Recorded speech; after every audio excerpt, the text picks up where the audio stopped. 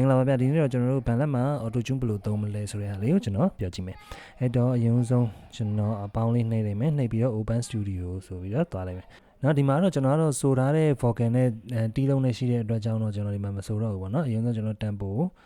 ချိန်လိုက်မယ်ကျွန်တော်ရဲ့ beat နဲ့ကိုက်တယ်နော်ကျွန်တော်သချင်းနဲ့ကိုက်တဲ့ tempo ကိုကျွန်တော်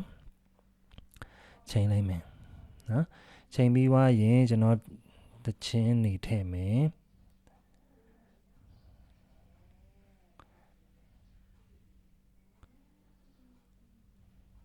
โอเค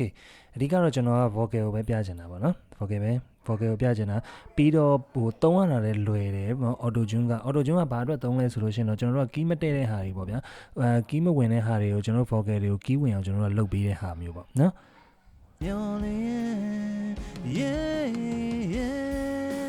ချိန်မတွေ့ကြမှာ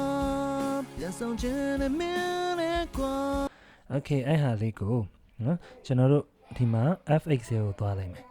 fx0 ကိုသွားပြီးဒီမှာ auto pitch ဆိုတာရှိတယ်ဘန်လက်ကတော့ auto pitch လို့ပြောတာပေါ့နော်သူ့မှာ vocal preset တွေပါတယ်လည်းရှိရဗျာเนาะဒီအဲ့ဟာတွေလည်းသုံးကြည့်ပေါ့ကျွန်တော်ဒီမှာ auto pitch auto tune ကိုပဲပြောမှာဆိုတော့ကျွန်တော်တို့ auto pitch ကိုဝင်လိုက်မယ်အဓိက auto tune ရဲ့အလုပ်လုပ်တဲ့ဟာကဘာလဲဆိုတော့ကျွန်တော်တို့ကဒီခုနကပြောသလိုပေါ့ key မဝင်တဲ့ဟာကို key ဝင်အောင်လုပ်ပေးတာအဲ့ဒီအတွက်ကြောင့်ကျွန်တော်တို့ရဲ့ original key ကျွန်တော်တို့ဆိုမဲ့တခြင်းရဲ့ key ကိုအဓိကသိရမယ်နော်အဓိကသိရမယ်ဥပမာ auto tune ကထားလိုက်ပါတော့ဗျာကျွန်တော် key C ပဲထားလိုက်တော့နော် key C မှာနော် C major နဲ့ key ကဆိုထားတယ်ကိုတချင်းက C major key ပေါ့နော်ထားလိုက်ပါအဲ့ဟာမှာကိုက vocal ဆိုတဲ့အချိန်မှာ C major ထဲမှာမပါတဲ့ notes တွေအဲ့မှာဥပမာ C major ဆို C D E F G A B ပါတယ်ပေါ့နော် sharp တွေ flat တွေမပါဘူးဥပမာကိုယ့်ရဲ့ vocal က C sharp ဖြစ်သွားတယ်လို့နော် D sharp ဖြစ်သွားတယ်လို့ဆိုလို့ရှိရင် तू ကအနည်းဆက်ဆုံးဥပမာ C sharp ဖြစ်သွားတယ်ဆိုရင်ဥပမာ C ကိုပြောင်း auto tune ကကိုယ့် vocal ရဲ့ notes ကို C ပြောင်းရင်ဒါမှမဟုတ် D ကိုရွှေ့ပေးလိုက်မယ်ပေါ့နော်ဒါတွေကတော့ detail တော့ကျွန်တော်တို့ဒီမှာတော့ auto tune ကတော့သွားလုပ်လို့မရဘူးတကယ်လို့ detail လုပ်ချင်တော့ melodyne တို့ဘာလို့အစရှိတဲ့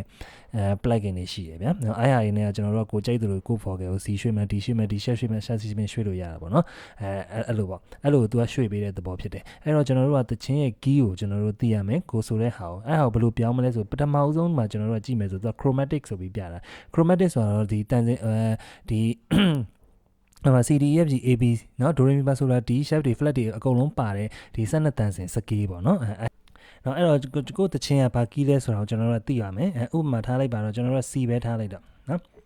C ပဲထားလိုက်တော့ C major လား minor လား pentatonic လားเนาะminor pentatonic chromatic သူကဒီမှာ၄မျိုးရှိတယ်ဗျာအဓိကတော့ major minor လောလောဆယ်ကတော့ major minor ကိုပဲကျွန်တော်တို့ထားမှာပေါ့เนาะ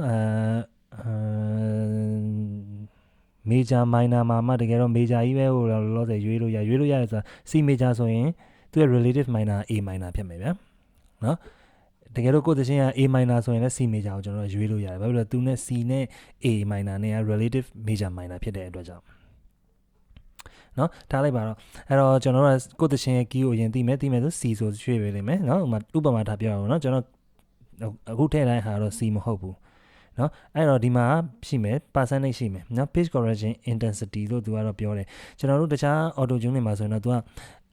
ဒီဇာကလေးကတော့ဘလောက်မြန်ရွှေ့မှာလဲပေါ့ဥပမာခုနကကျွန်တော်ပြောသလိုကျွန်တော်ဟို C major scale ကိုကျွန်တော်ရွေးထားတဲ့အတွက်ကြောင့် C D E F G A B အဲ့ထဲ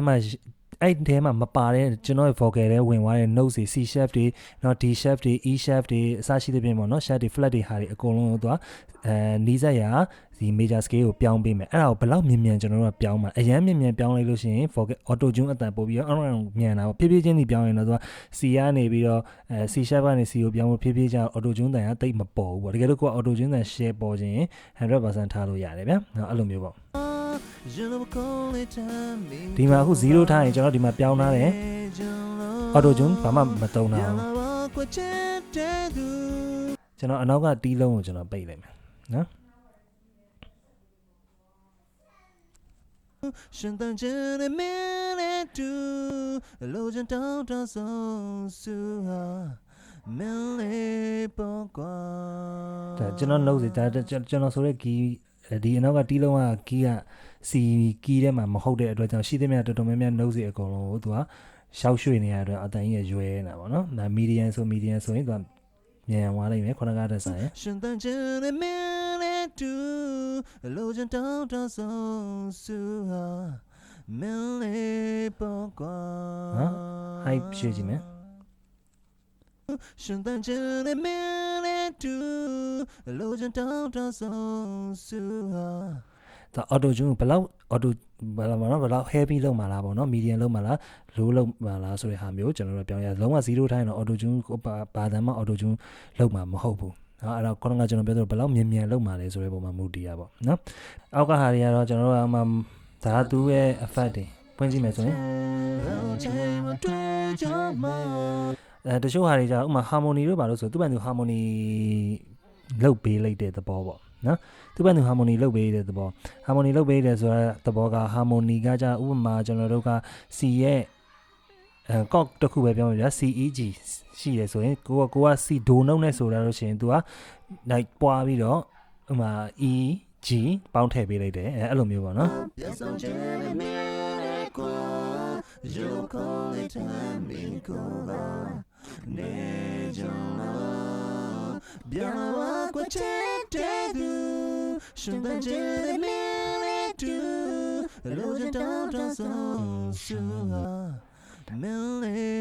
ဒီကတော့ကျွန်တော်တို့ classics မှာပဲထားပြီးတော့တော်တော်များများတော့ကျွန်တော်တို့ဒီကောင် harmony တို့ပါတော့ကျွန်တော်တို့နောက် harmony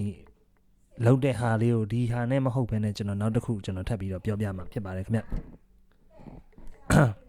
ဟုတ်ကဲ့ဒါကတော့ကျွန်တော်တို့ auto tune ဘယ်လိုသုံးလဲဆိုတဲ့ဟာလေးပါကျွန်တော်အချင်းချုပ်ပြန်ပြောရင်ဆိုတော့အဓိကတော့ကျွန်တော်တို့ကတချင်းရဲ့ကိုယ်တချင်းရဲ့ key ကိုကျွန်တော်တို့သိရမယ်သိပြီးတော့မှကျွန်တော်ဒီမှာရွေးပြီးတော့ဒီမှာ auto tune amount ကိုဘယ်လောက်မြန်လောက်မှာလဲဆိုတဲ့ဟာကိုကျွန်တော်ရွေးပေးရမှာဖြစ်ပါတယ်ခင်ဗျ